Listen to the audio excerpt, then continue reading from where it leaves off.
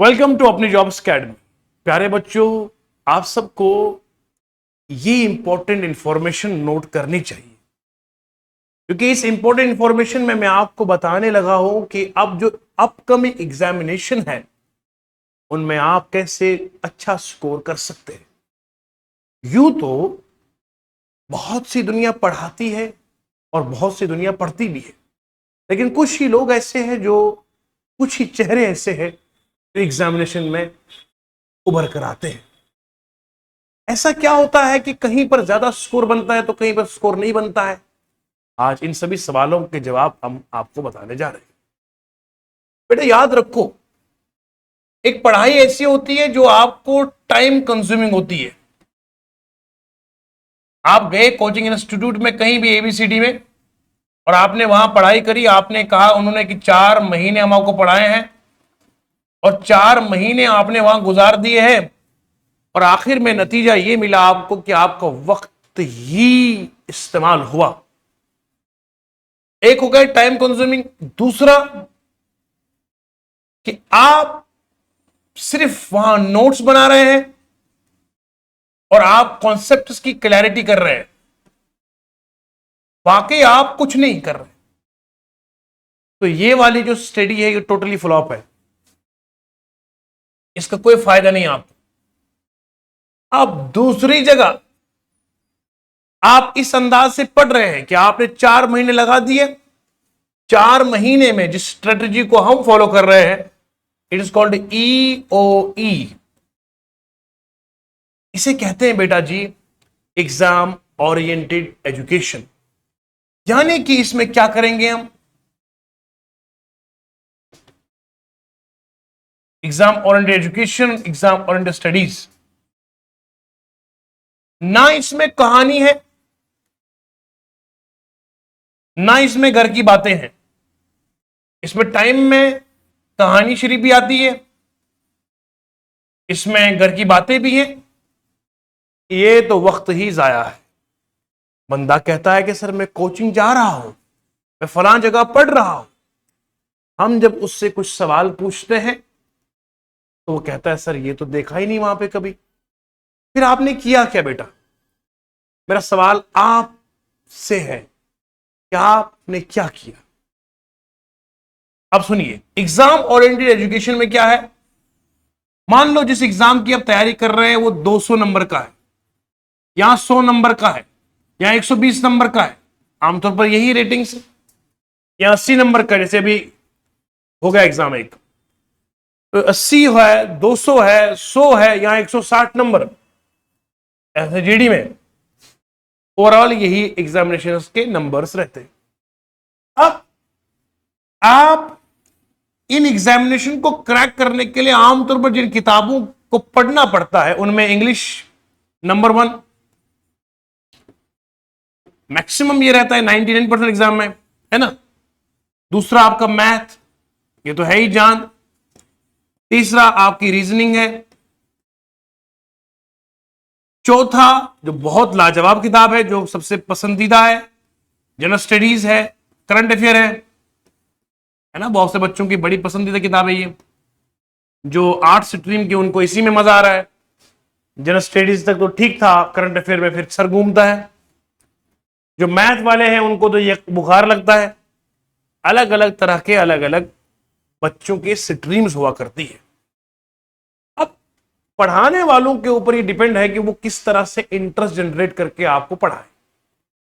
अब जहां पर सिर्फ वक्त का जाया होना था, वहीं पर अगर यही 4 महीने, 3 महीने, 2 महीने बंदा इस तरह से गुजारे। मान लो इंग्लिश है बेटा, अब मान लीजिए एग्जाम्पल के तौर पर इनमें 10 चैप्टर है। एक तो आपने कॉन्सेप्ट भी पढ़ लिया सही से, बोले जी समझ में आ रहा है। एक दो कॉन्सेप्ट भी आपने लाजवाब सीख लिया, और ऊपर से आप इसी अंग्रेजी में 10 चैप्टर पे तकरीबन, अगर आप इनमें से टोटल 3000 एमसीक्यूज करें, कितने बोला मैंने, आपकी जिंदगी बन गई। अब ये 3000 एमसीक्यू ऐसे बोलने में काफी एक गंभीर नंबर लगता है, और बच्चा कभी अकेले में घर पे बैठ के ये मुमकिन ही नहीं है। तो इसीलिए पढ़ाने वालों को इस अंदाज से हम बताते हैं अपनी एकेडमी में कि बेटा ये कैसे 3000 एमसीक्यू हम करेंगे, इसके लिए मैराथन चलता है। मान लीजिए मैंने आपको पढ़ाया आज वॉइसेस, अब इसी वॉइसेस के ऊपर हम तकरीबन 300 सवाल करेंगे। अब आप बोलोगे सर कैसे करेंगे? एक तो हम ऑफलाइन क्लास में, दूसरा एप्लीकेशन पे, तीसरा यूट्यूब पर, 3 मीडियम में पढ़ेंगे। तो 300 सवाल कैसे नहीं होंगे? अगर मैं 200 करूंगा, 100 आप नहीं कर सकते, तो आपको स्टडी मटेरियल दे दिया, मान लो मैंने 100 करा दिया, 200 खुद करोगे आप घर पे, तो ये हो गया। अब आप मेरी बात समझेंगे तसल्ली से, जो 300 सवाल कर दिए ना, मैं ये दावे से कह सकता हूं जो 300 हम आपको भेजेंगे सवाल, इन्हीं 300 में 100% सवाल होगा। आप बोलो कैसे? इतना दावा कैसे कर सकते सर जी?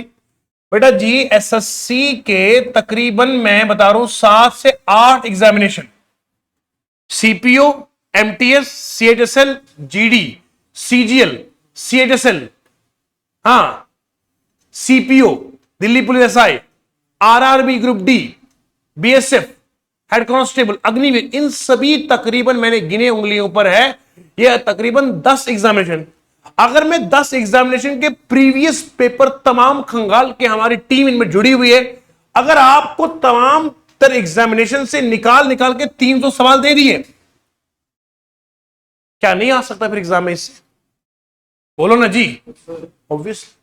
इस तरीके से ये स्ट्रैटेजी होती है एग्जाम ओरिएंटेड। इस तरीके से टोटल चैप्टर के ऊपर 3000 एमसीक्यूज करेंगे। मैथ, अब मैथ में तकरीबन देखो, यहां मैथ एक ऐसी किताब है, रीजनिंग किताब है, इंग्लिश किताब है, ये प्रैक्टिस ओरिएंटेड है। जितनी ज्यादा प्रैक्टिस उतना अच्छा नंबर आएगा।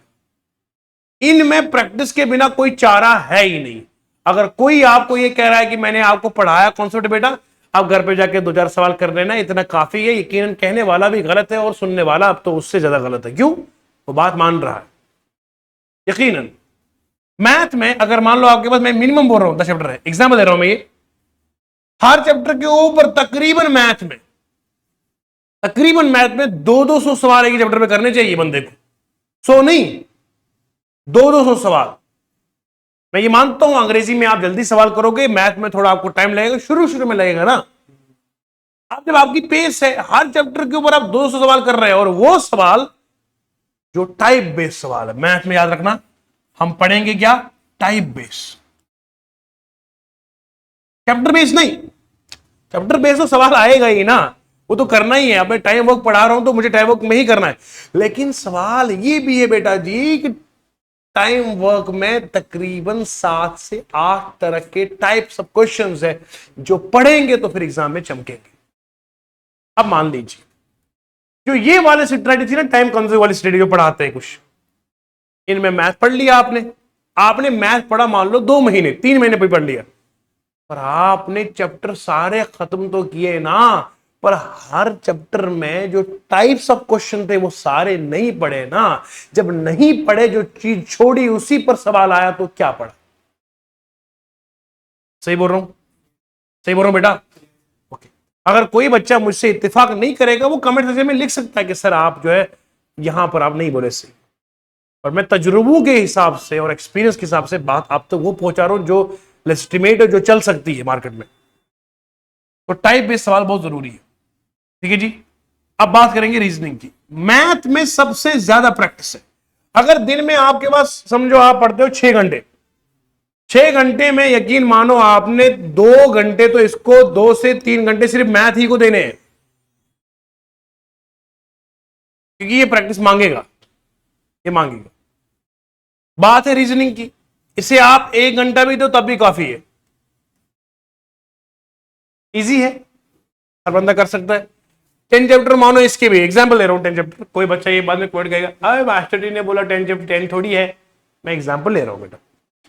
अब इसके ऊपर आप सवाल रीजनिंग में बहुत फास्ट पेश कर सकते हो। आप चैप्टर के ऊपर 300 सवाल भी कर सकते हो, ये धुआंधार हो जाता है। तो मान लो इस पे भी कर लिया आपने, तकरीबन 3000 क्वेश्चन इस पे भी कर दिए, 2500 क्वेश्चन आपने मैथ पे भी कर दिया। अगर मैथ पे भी आप 2000 क्वेश्चन करेंगे, बहुत अजीब। मैथ में अगर आप सही ढंग से 1500 से 2000 क्वेश्चन भी करोगे ना, टोटल बोल रहा हूं मैं, तब भी आप कामयाब हो जाओगे। लाजवाब बोल रहा हूं मैं, मजाक की बात नहीं, हर चैप्टर के ऊपर 100 क्वेश्चन भी बंदा करेगा तो 1000 है। कह रहे तो सही ना। हम गए किस अंदाज से, हमने चैप्टर के ऊपर सर ने क्लास में करवा दिए 20-30 क्वेश्चन, हमने वही याद रखने हैं, खुद हाथ चलाना नहीं है, सीधा एग्जामिनेशन हॉल में गए बारात लेकर, फिर क्या होगा।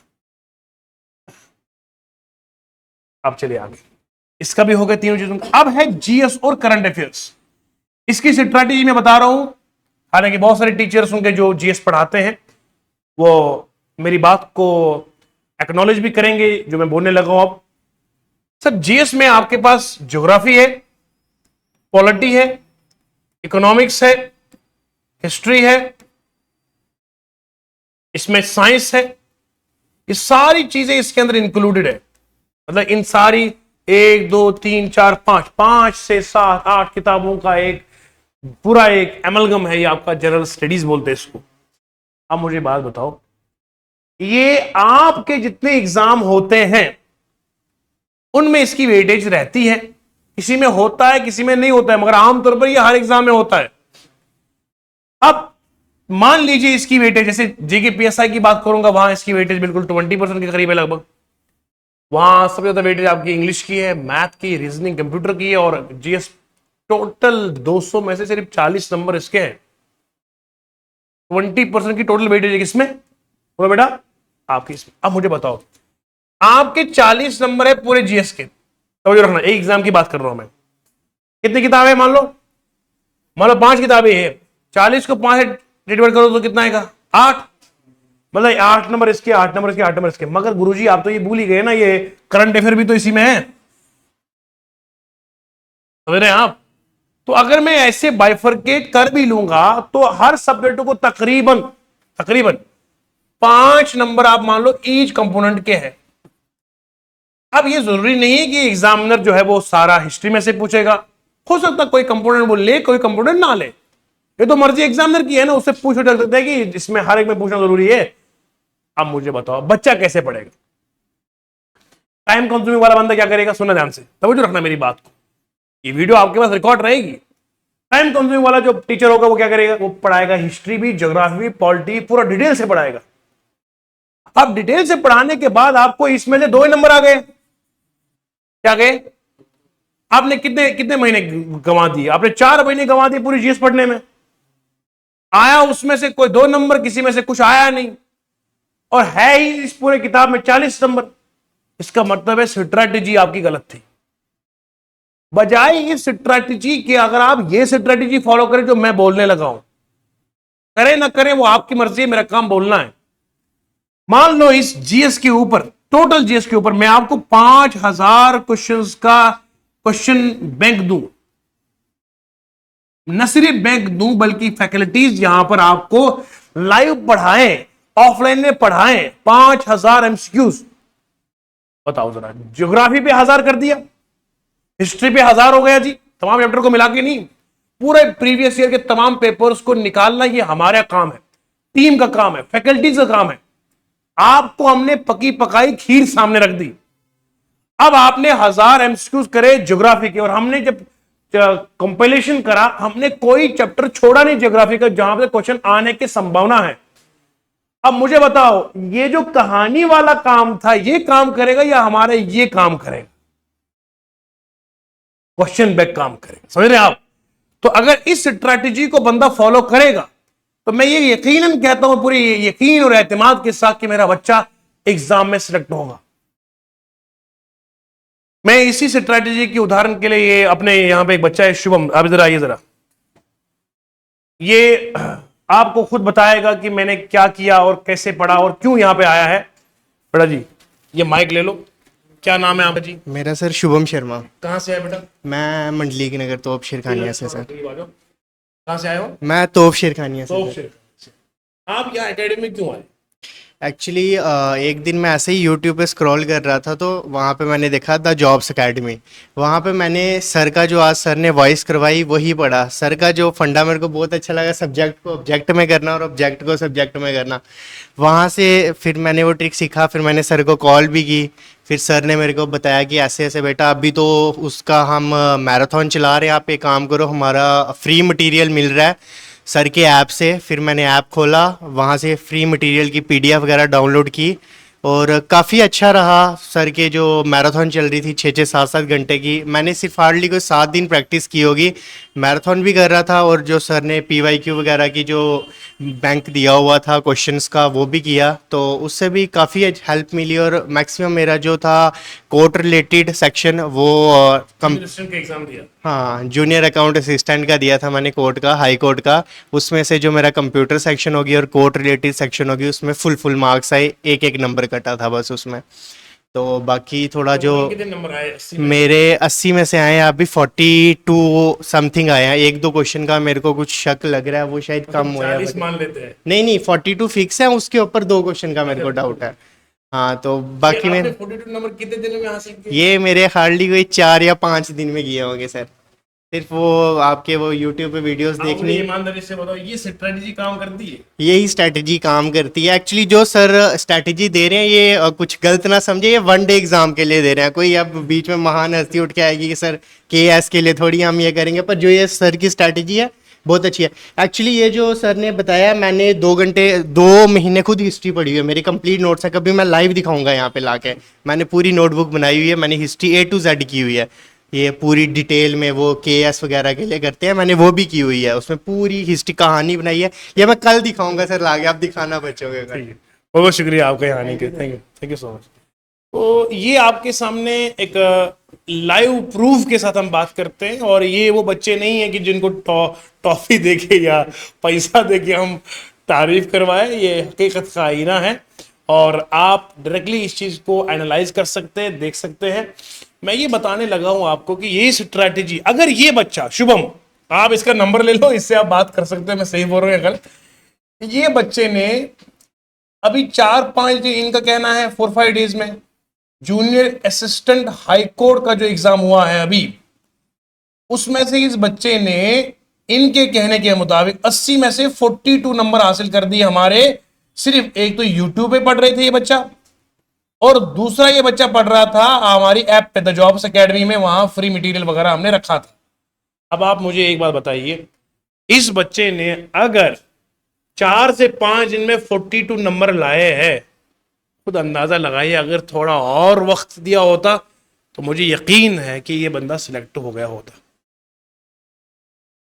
जिस स्ट्रैटेजी को फॉलो कर रहा है, तो इसीलिए मैं बोल रहा हूं, मैं बड़े ईमानदारी के साथ, मेरा बच्चा, हम आपको यहां पर अपनी एकेडमी में, जो बच्चे मुझे सुन रहे हैं, ऑफलाइन में आ रहे हैं बच्चे, ऑफलाइन में आपको कॉन्सेप्ट्स मिल रहे हैं, ऑफलाइन में आपको कॉन्सेप्ट्स की क्लैरिटी मिल रही है, साथ साथ में डाउट्स मिल रहे हैं, यहां पर आपको डाउट सेशंस आपके हो रहे हैं यहां पे।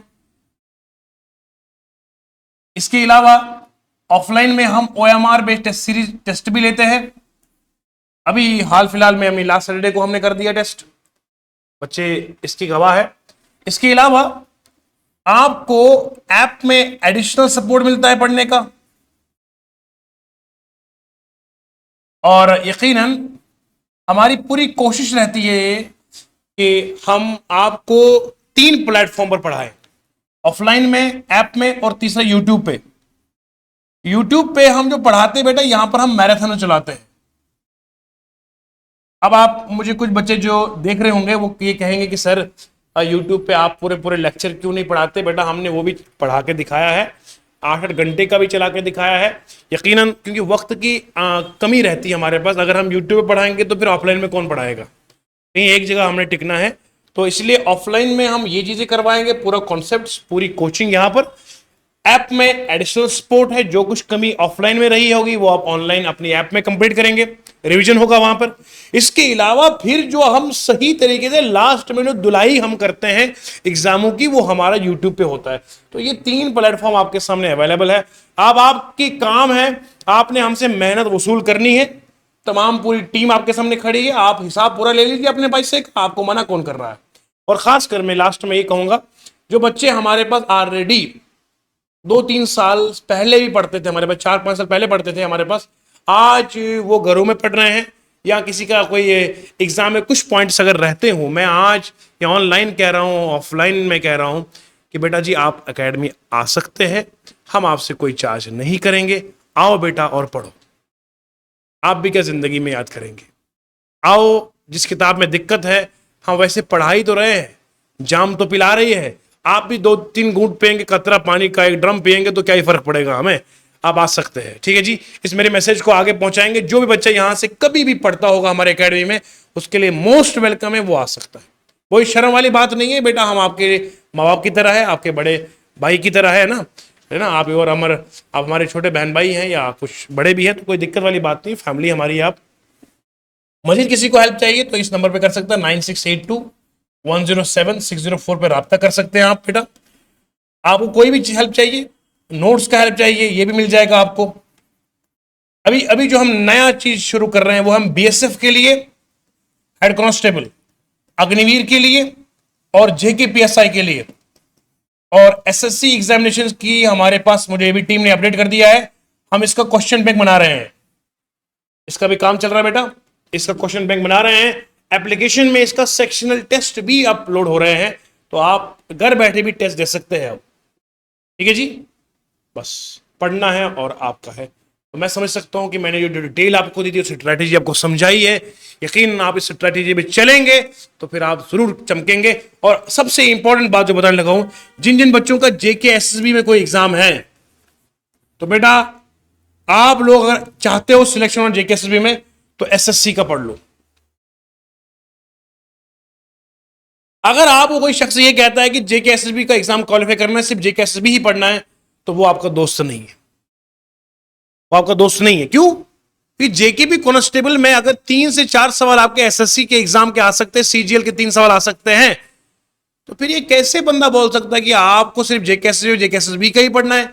जेके एसएसबी सारा सिलेबस सीजीएल का ले रहा है, एसएससी का ले रहा है, तो हमें अपने लेवल को, अपने आप को अपडेट करने की जरूरत है। अगर हम अपना सॉफ्टवेयर अपडेट नहीं करेंगे तो हमारे पास वायरस आएगा, बग्स आएंगे, लेकिन हम डिलीट हो जाएंगे, हमारा एप्लीकेशन ही उड़ जाएगा जी। तो इसीलिए हम कह रहे हैं कि जेके एसएसबी वाले बच्चों, अच्छे बच्चों, आपने एसएससी की तैयारी करनी है।